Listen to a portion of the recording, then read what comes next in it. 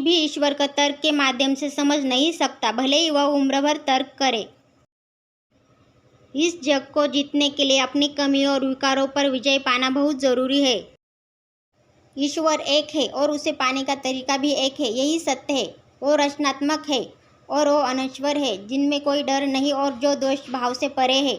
इसे गुरु की कृपा द्वारा ही प्राप्त किया जा सकता है। सभी मनुष्य एक ही है, न कोई हिंदू और न कोई मुसलमान, सभी एक समान है। केवल वही वाणी बोले जो आपको सम्मान दिलाए।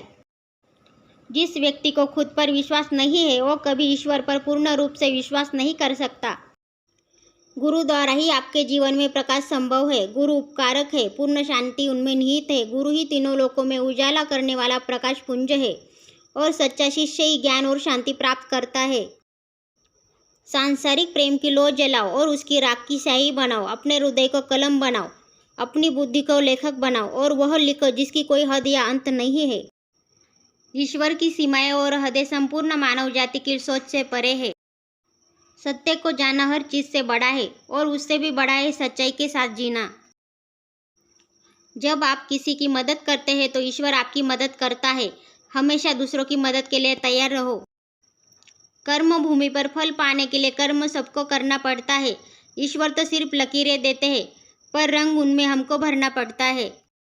ईश्वर की हजारों आंखें हैं, फिर भी एक आंख भी नहीं। ईश्वर के हजारों रूप है और फिर भी निराकार है। आप जो बीज बोएंगे उसका फल आपको देर सबेर जरूर मिलेगा। जब शरीर मैला हो जाता है तो हम पानी से उसे साफ कर लेते हैं। उसी तरह जब हमारा मन मैला हो जाए तो उसे ईश्वर के जाप और प्रेम द्वारा ही स्वच्छ किया जा सकता है। भगवान के दरबार में सभी कर्मों का लेखा जोखा रहता है।